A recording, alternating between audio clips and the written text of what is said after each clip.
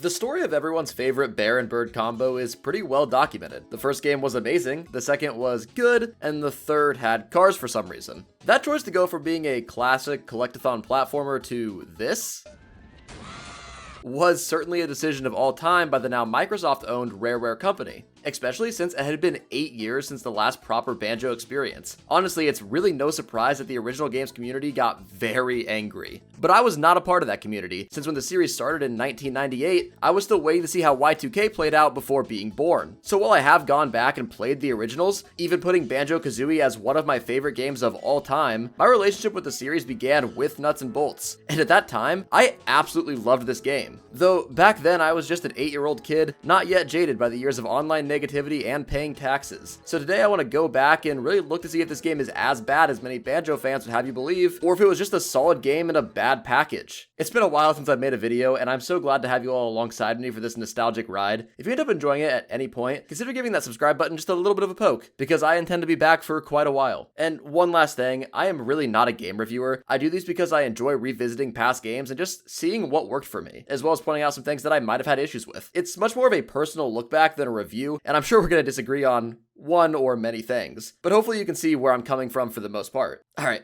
let's get into it. We open on a nice narrated recap of Banjo's previous outings, a necessary addition since a lot of Xbox 360 owners probably haven't played those original titles. Then we see the character redesigns, and oh boy did people have opinions on this. It seems like Rare wanted to create a sort of modern N64 look by making all of the characters' features be their own little box or pseudo low poly shape. And while it did work really well for characters like Mumbo and Grunty, our main duo kind of looked like Temu brand knockoffs, which is not really what you want for your main character's first jump to a new system and new owned company. So when you look at nuts and bolts in isolation, it really isn't the worst design, and they do blend well into the rest of the game's art design. But when you change something so drastic about your main characters that your core fan base loves, and it isn't an objective improvement in every single way, and it very much wasn't, don't get me wrong, people are going to be extremely critical of it. Which then leads us to the full introduction of our lovable duo, who have spent the last 8 years munching on pizza and playing their Xbox. As a side note, this image was probably really weird for fans coming from the N64 days. They flaunt about how them gaining a couple of pounds doesn't matter much, since the last time they saw Grunty, it involved playing soccer with her decapitated head. But since Kazooie just had to bring her up, Grunty's head starts making its way down to Banjo to, I guess, bite his ankles? Nibble on some toes? I really don't know what her plan was here, and we will never get an answer to this question because the epic matchup of Old Lady Severed Head versus Fat Bear was interrupted by the power of Comic Sans and Log, also known as LOG, also known as the Lord of Games. I will be using all three interchangeably throughout the video to make the most amount of people angry. Thank me later. This Karen wannabe is stated to be the creator of every single video game ever, which has some wild implications when you think about it for a minute, because that would mean this thing canonically created both Elder Scrolls Oblivion and All-Stars Strip Poker Girls at Work just months apart. Make it make sense, Rare. Make it make sense. Existential crisis about that aside, this extremely meta opening introduces the stakes for this adventure. The loser of a collectathon challenge between Grunty and Banjo will have to work in Log's game factory for the rest of time, which also brings us to another thing many people point to as a reason to hate this game, the fact that it seemingly hates its roots as a collectathon. Now, the Banjo series has always been a little bit meta and self-deprecating, so here the challenge our Lord of Games sets up is the most basic, stereotypically bad collection system. Then, after a couple of seconds, points out that gamers today just want to shoot things, and talks about how dated the series was. When comparing this to Kazooie and Tooie, it feels a lot more mean-spirited, and while this obviously didn't bother me very much as a kid, and even now honestly it's just kind of a whatever thing, I can see why it might rub some people the wrong way right off the bat. Log's idea of a better concept is to take away all of the previous game's moves and give Banjo a car.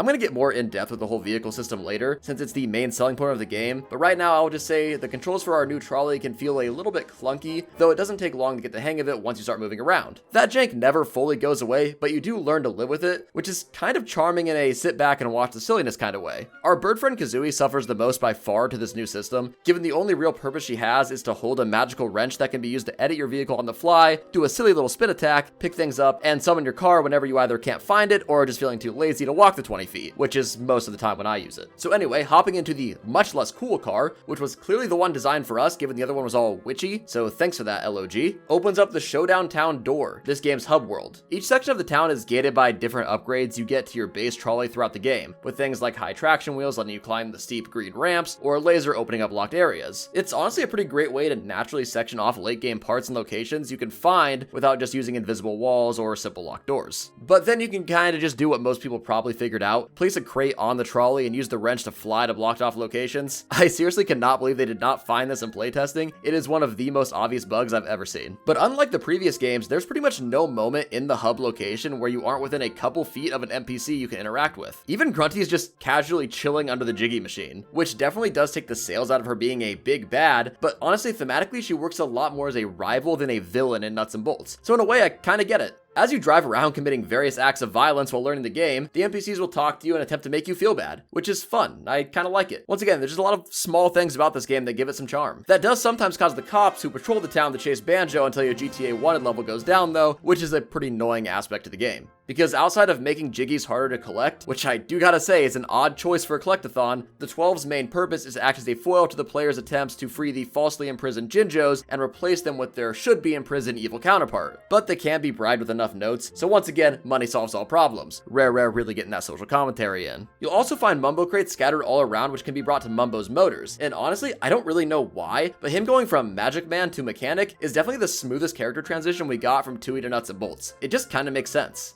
When he opens these boxes for you, you get access to different parts for this game's big main gimmick, the vehicle creation system. Alright, let's buckle up, let's put our helmets on, get our flame shields out, because it's time to talk about the cars. And I'm gonna be honest, I'm about to be very positive, so that might take you for surprise, but bear with me. See what I did there? The actual creation workshop feels just as smooth as I remembered, and it really lets you get creative with what kind of machine you can make and test out. It uses a sort of grid block-based system for ease of use, and you should get the hang of it within a couple of attempts. Plus, you can simply head to the test track to see how your masterpiece will function in various situations. Hint, most of the time early on, it probably won't. Similar to what you see in various kart racers, your vehicle is going to get different stats as you add or remove parts, things such as weight, fuel capacity, or ammo. These are a pretty great way to give a basic indication on what your contraption might be good at, and are really helpful for beginners as they kind of navigate the new system. There's honestly no limit to the kind of things you can create with the absurd amount of different part types you collect as the game goes on, and the satisfaction you can get from overcoming a difficult challenge by finding the just right combination and layout is honestly a feeling that's hard to match in a lot of games. You know that you truly earned that trophy by using a creative, fun solution that maybe no one else has thought of. These vehicles have 3 main modes: air, water, and ground, which is shocking, I know. If I had to rank them from best to worst feeling, I would say the air controls are definitely the best, then water, then ground, which is a little bit unfortunate since a large majority of the game will be spent on ground movement. The flying is extremely smooth compared to everything else in this game. You'll probably find yourself actively looking for ways to get wings or propellers on any car you can just so you can use it. And it's honestly a similar story with water. The only reason I have it lower is that water is kind of barely in the game. The ground movement itself isn't bad, it's just not great. The controls can feel pretty unresponsive or just kind of wonky, but it's honestly charming in a sort of way. I don't know, I'm 100% biased here, but I kind of love it. We take it for granted now since a lot of games have We take it for granted now since a lot of games have implemented similar concepts. Alright, first try, nailed it. But this freeform creation was really an innovative idea for the time, and they managed to do the task pretty well. So to sum it all up, if you like playing with Legos as a kid, or you're like me and you still do, no judgment here, you're the kind of player that Rare was trying to draw in here. Outside of those part boxes for the building system, scattered around town you'll find classic notes as collectibles, which now come in bronze, silver, and gold form. While the returning Jiggies are pretty much unchanged from the original game, being used to open up new locations, the notes are now meant to buy different upgrades around Showdown Town. This includes stuff like custom car blueprints if you're lazy, Banjo stat upgrades, and the like. Unlike the Jiggies though, the notes are meant to be collected on foot mostly, at least in the hub world. And man, this could use a little bit more time in the oven. They were not cooking. With the cars being the main focus, Banjo and his feisty bird friend lost access to most, if not all, of their good moves, and a good percentage of their speed. So those notes that you need to run or climb around town to collect feel extremely tedious and just clunky as you hobble around town. You can do some interesting moves when you mix climbing with the slight jump extension your wrench attack gets you, but honestly it just feels like wasted potential. If they wanted to have some normal classic platforming inside of Showdown Town, they probably needed to keep at least some of the classic moves for out-of-car navigation, or gave us some more newer mechanics mechanics to work with. It's honestly a relatively small issue, and you can go pretty much the entire game without spending notes, without losing much, if anything at all, but that might be a whole nother problem we won't really talk about. All of these collectibles and different aspects around Showdown Town attempt to bring back that feeling of exploration that the original duology had that kind of gets lost inside of the main levels of Nuts and Bolts. It has different forms of puzzles, like the way you unlock the Jiggosseum, a bunch of returning and new characters to interact with for small little gameplay changes or just some charm, and even Easter eggs hidden all around, including the finally realized stop and swap system. Yeah, that's right, after 10 years, Rare's dream of connected Banjo games finally came true in the form of small vehicle parts that are purely cosmetic. That's a little bit disappointing, but honestly, Stop and Swap was a failed concept back in the N64 days, so it's kind of nice to see it finished in some form. And the Lord of Games has a funny joke about it at the end, so it was all worth it. But you know, none of that really matters if the levels you visit aren't interesting. So how are the actual playable worlds? Well, since Rare set out to be quirky and different this year, each location is unlocked in separate acts, not in a linear world-to-world pattern. And this does make it harder to talk about the levels in, say, maybe a long retrospective style YouTube video. I do really enjoy how the game flows because of it. Jiggies inside of Nuts and Bolts are collected via challenges from the NPCs scattered around the world, not just floating to be found, with each act having its own unique set of challenges. So what this act structure allows is for you to have the same world feel different as you get farther into the game, thus allowing you to see different aspects of it and get more interesting challenges without everything feeling cluttered while keeping the visuals interesting as you bounce between areas. The NPCs sure do like to yap though. Their dialogue took a massive step back overall from the original games, I gotta say. And honestly, I really wish they would have done more with this act-to-act concept, because while each one does feel different because of the challenges, most of the time the environment stays the exact same. On the rare occasions where they completely revamp a level for just one act, it feels like a massive step up from the rest of the game.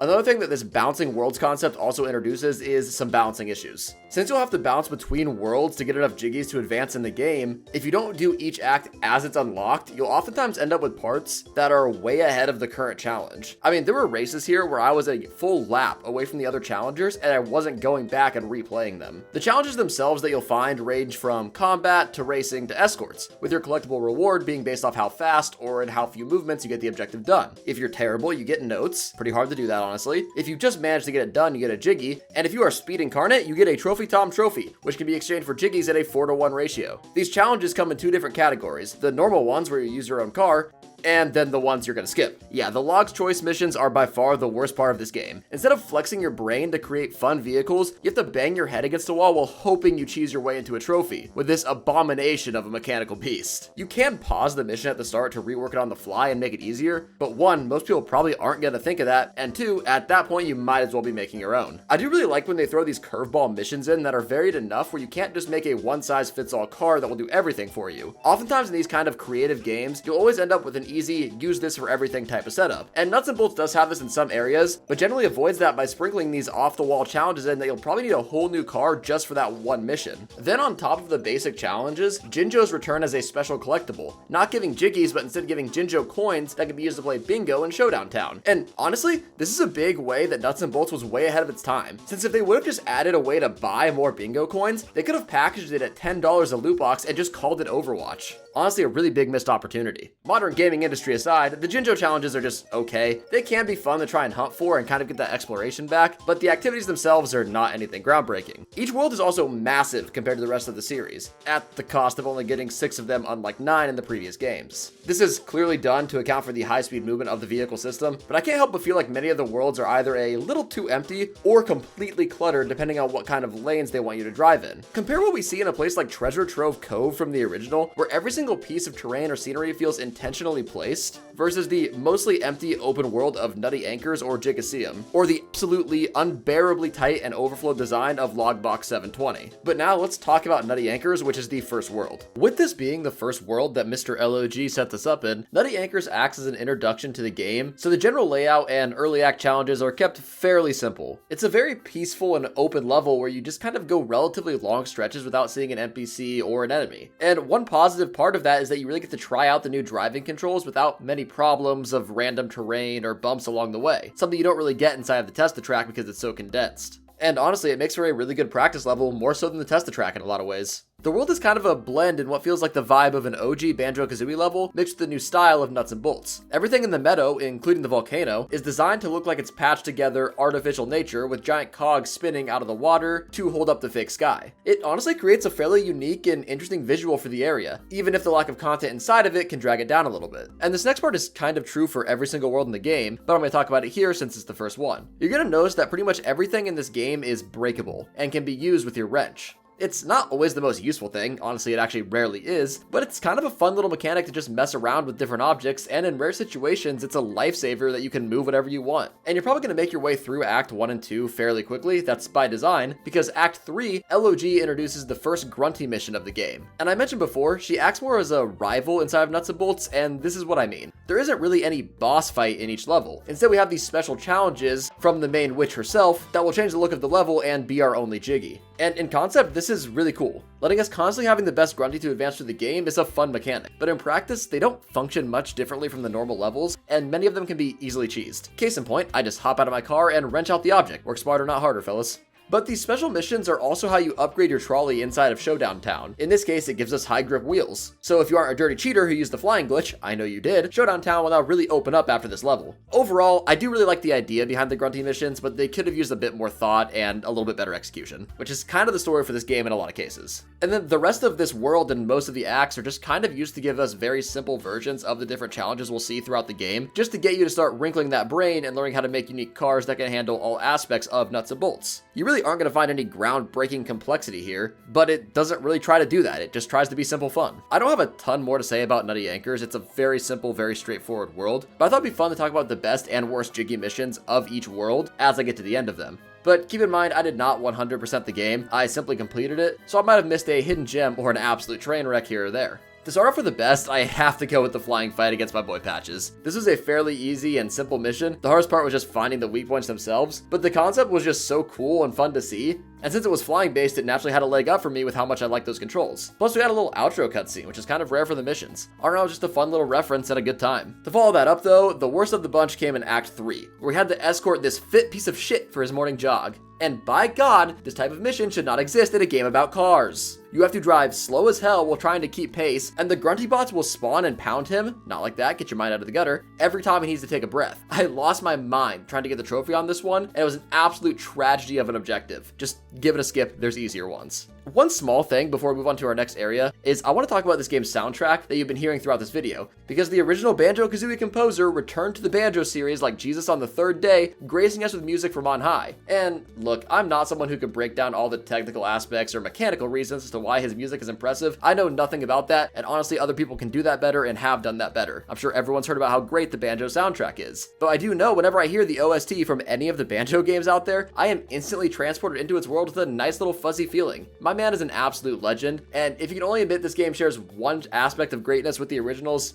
it's the soundtrack. Fanboying about everyone's favorite Scottish man aside, standing in direct contrast to Nutty Acres, which was one of the most open levels and fairly well designed, Logbox 720 is almost the worst level in the game, we'll get to that later, but it is by far the most claustrophobic, which is honestly really sad, because if we just go off of looks and concept, this is the best level in the game, bar none. It's really not even close. With just how meta Nuts and Bolts is in general, a level where we're playing inside of a game console is honestly pretty genius, and I don't know if this is related, but at the time of the game's release, the rumor of the next Microsoft console being the Xbox 720 was going around, so this might be a tongue-in-cheek reference to that part of history. There's so many small details that show you the devs really did care and put a lot of effort into making this feel cohesive. For example, if you bump into certain hardware on this level, it will cause your screen to glitch out as if Banjo is inside of your Xbox 360, which is just really fun, and the game is full of stuff like that. It's those little bits of charm I was talking about when we were going over Showdown Town. I think that really shows this game wasn't just shoveled out like a lot of people think it was. The devs did have a vision and they did care about it feels like. But the crowded layout of Logbox essentially converts it from an open world level to one where you need to follow very specific paths to travel around. Sure, you could go off of the 3 or 4 routes they want you on, but then you have to deal with a metric fuck ton of enemies, obstacles, or just straight up weird walls that are seemingly only there to stop you from exploring. Because of that, the best way to travel around the levels is through a helicopter type build, but since we unlock it so early into the game, we aren't set up with the needed parts to make one that doesn't feel terrible to control. Plus, even when you do have a solid design and good parts, it just goes from feeling like walking on hot coals to walking on dull spikes. Sure, it's better, but you're not going to go invite your grandma to do it with you. And then the Act 3 Grunty challenge really doesn't help things, with it being a race where Grunty's in the water and you're on land, which does make sense sense because it's the one that gives us access to floaters. I like that. But in practice, it's just really weird. I didn't actually see Grunty once, as I just kind of drove around in circles in a small area 4 or 5 times, and it kind of just felt like I was doing donuts in a parking lot until the game said, here's a trophy, move on. Honestly, 0 for 2 so far on the Grunty challenges. I'm really hoping that the game steps up these challenges at this point. And then as far as the best Jiggy here,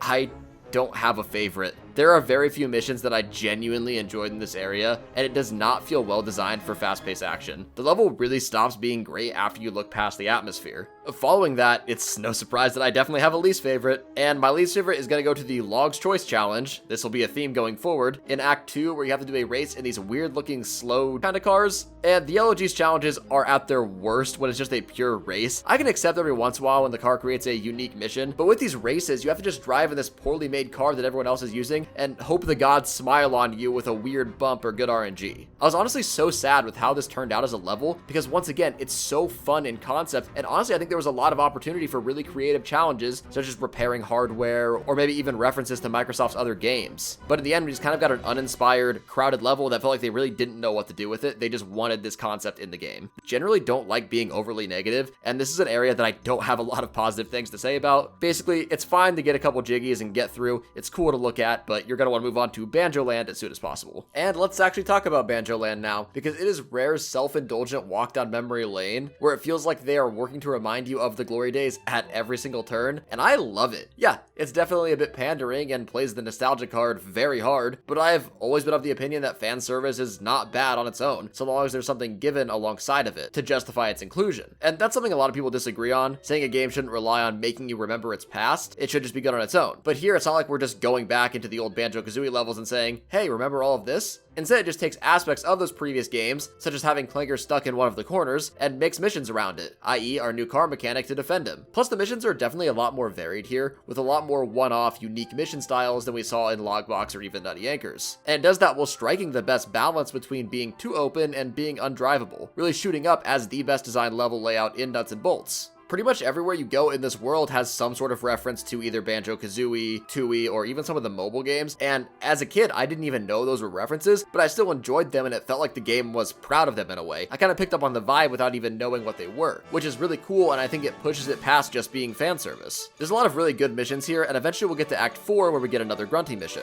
this time it being our first combat-based Grunty mission. She's gonna jump around with the spring attachment that we're gonna unlock for winning, while we try to unload on her and break the car. On paper, I thought this one would be the coolest yet, but then you start playing it and it's kind of just her jumping away from you, not fighting back, until she eventually gets stuck on something and you unload onto her. Not like that, until the car finally breaks. I think I'm going to chalk this mission as an 0-3 on the Grunty levels so far. It was a step up and it was a little bit harder, but it definitely is not where it should be. It was honestly really hard to pick a favorite mission from this world, because there's a lot of really unique and fun ones. But I think what had to take the crown for the best Banjo Land mission is what I am dubbing Sheep Golf. Basically, you have to run into or launch these little sheepy boys and get into the goal in as little swings as possible. It really wasn't that difficult, but it sure as hell was a great time, and I replayed it so many times even after getting the trophy, just to try different vehicle lineups, which honestly is not something I did for a lot of other things in this game.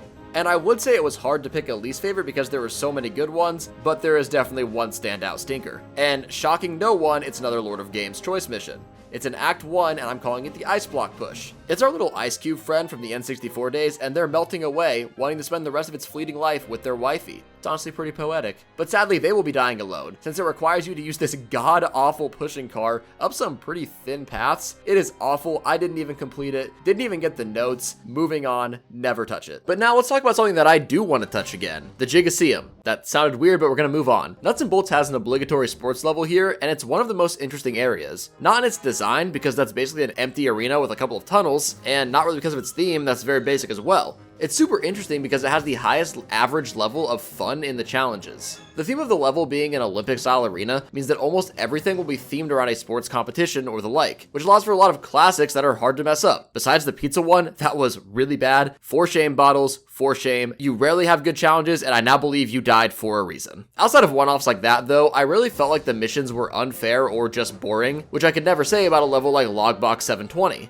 I just had a blast enjoying the freedom of movement here and trying out all the challenges that are honestly still fun to revisit. Plus, the environment, while being pretty empty, still feels like it has some spunk and personality. A lot of the arena is just a scaled up version of a tabletop or small board game, like a giant domino or a big old dartboard. It does this while also mixing in more normal areas such as a straight up racetrack. Then in Act 4, we actually get the first good Grunty challenge. Okay, so first off, the entire Jiggosseum is converted into a pool, which instantly makes this mission stand out from all of the others just for simply transforming the level. That concept is really something the act structure of Nuts and Bolts allows for, but is rarely fully utilized, and it's honestly my biggest complaint about the game that they didn't do this more. The challenge itself involves fighting Grunty in her coolest looking vehicle yet, a giant fucking lobster, while we work to score goals with the beach balls spawning all around. It did take me a couple of tries to get the boat design working to get the trophy, meaning it was the first Grunty level to take more than one attempt. So you know, that makes us 1 for 4 on these quote-unquote bosses. Let's try and finish strong, Log. And thankfully on that note, this is the only world to get 2 different Grunty missions, with the second one being even better. It does lose the unique water setup, but makes up for that in the premise and gameplay. You have to protect pool balls from Grunty's laser by either pushing them around or just straight up murder. It took me a good handful of tries to get the trophy, and once again, it really stepped up the game for these mini bosses. Then the laser you unlock in Showdown Town is not only the best late game weapon, but can also be used to remove the laser barriers around that same town for more crates and just easier access to previously unlocked areas. That Act 6 Grunty challenge is actually going to take the cake for the best mission of this world. I don't have much else to say about it, but yeah,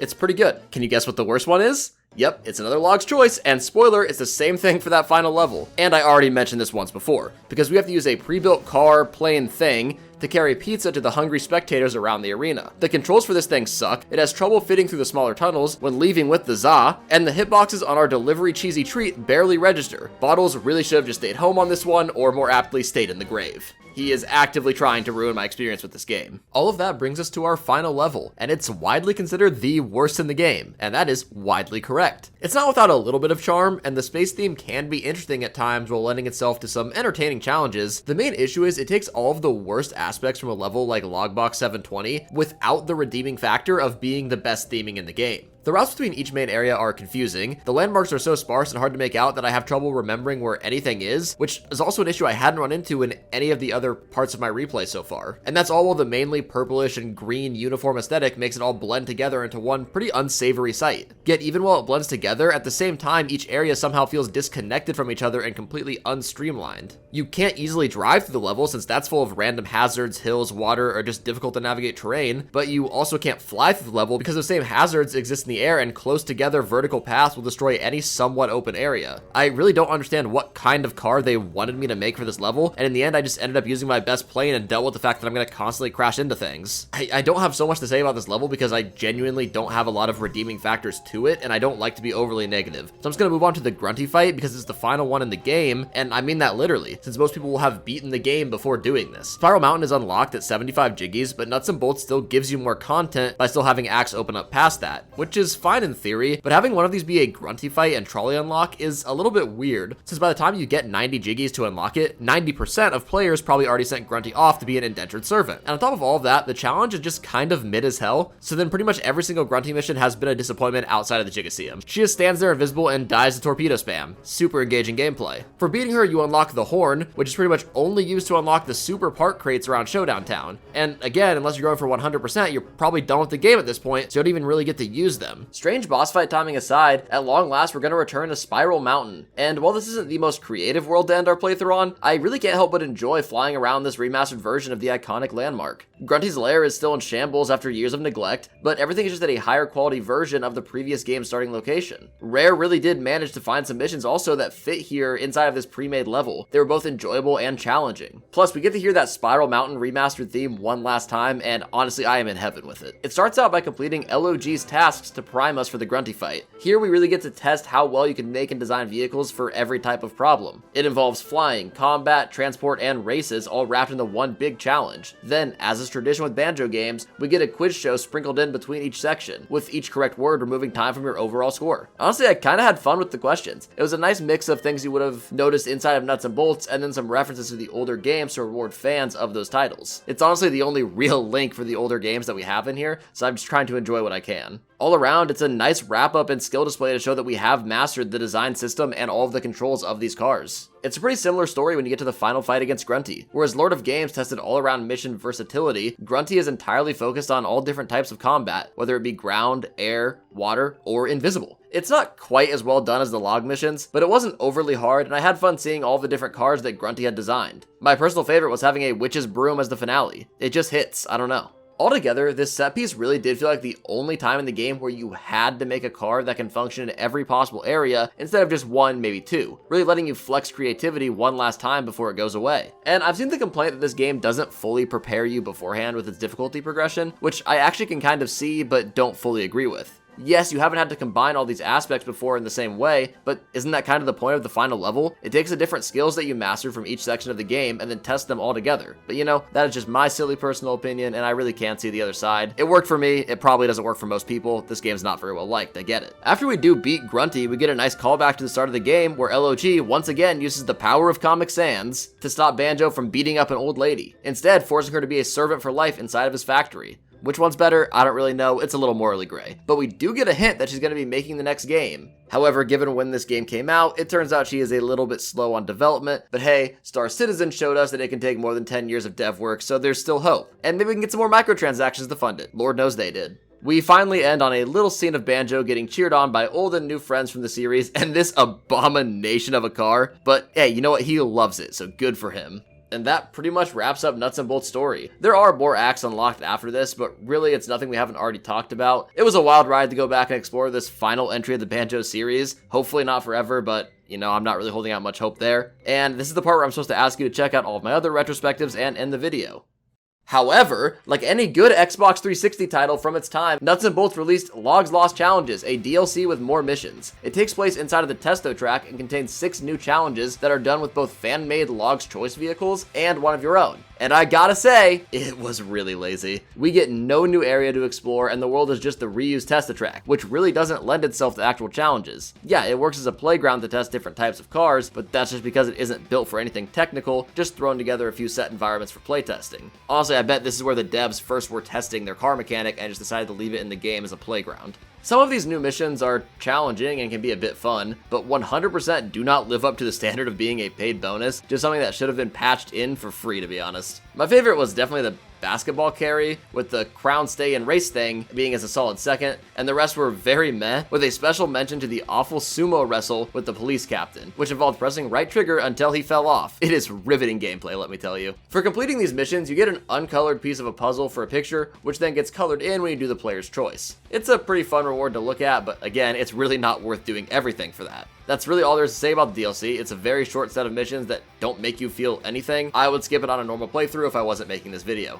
Okay, now we really have covered everything in the game. Or at least everything I deemed worth covering. The list isn't exhaustive, and there are some stuff I skipped over. Let's just wrap this up. Because at the end of the day, Banjo-Kazooie Nuts and Bolts exists in kind of a weird space. It's not what longtime fans wanted, but it's really not a disaster class some might make it out to be. It took a lot of risks, some that didn't really make a lot of sense, but some that were pretty good. But at that same time, it really alienated a lot of the original fan base. The vehicle building mechanics were genuinely innovative and fun, and ahead of its time in a lot of ways, offering a level of creativity that very few games had back then. But in doing so, it sacrificed what made Banjo-Kazooie so loved in the first place. Top-tier platforming, new world exploration, which yes, Showdown Town had some of it, but not nearly enough, and a sense of progression that wasn't just things like part upgrades. For those who went in expecting Banjo 3, this was definitely a massive disappointment. But if you look at it for what it is, a unique vehicle-based sandbox that's a little bit of a spin-off from a beloved series, it's pretty solid. It's just unfortunate that it came at the cost of one of N64's most beloved platforming pairs. And again, that's really just the core issue of Nuts and Bolts. It's not that the game itself was bad, for the most part, but it replaces something people deeply loved. And if this had been a brand new IP, or even a spin-off starring one of the original side characters, maybe it would have been celebrated for its originality. But then it probably wouldn't have sold that well if it was a new IP, so who knows. And by using Banjo-Kazooie as the face for this experiment, Rare set expectations based on the original duology, which it was never actually trying to match. Yet there's still a bunch of charm. The humor is there at a lot of spots, and the creative possibilities of the cars create a lot of fun. I mean, it's odd for sure, but it's a game that still has a somewhat small following of players that can really appreciate what it tried to do. So will we ever see Banjo-Kazooie in a proper, full-fledged adventure? Probably not. Meaning this is all we have from the Bird and Bear in an even somewhat modern console outside of Smash Bros. So if you love the Bird and Bear, you kind of just have to try and enjoy this, which is a weird feeling. Honestly, if there's anything to take away from all of this, it's that Nuts and Bolts wasn't a bad game or a great game, just one with an identity crisis that can be fun all the same. At least that's my ferret-brained opinion. Once again, I know the general public hates this game. Anyway, thank you all for coming along for the ride. If you're still here, maybe check out one of my other extremely long dives into random games, like this one on screen, and I hope to see you in the next one. I don't know when my next video is going to be, but it will be coming, I can assure you that. Again, thank you so much if you're still here. See you in the next one.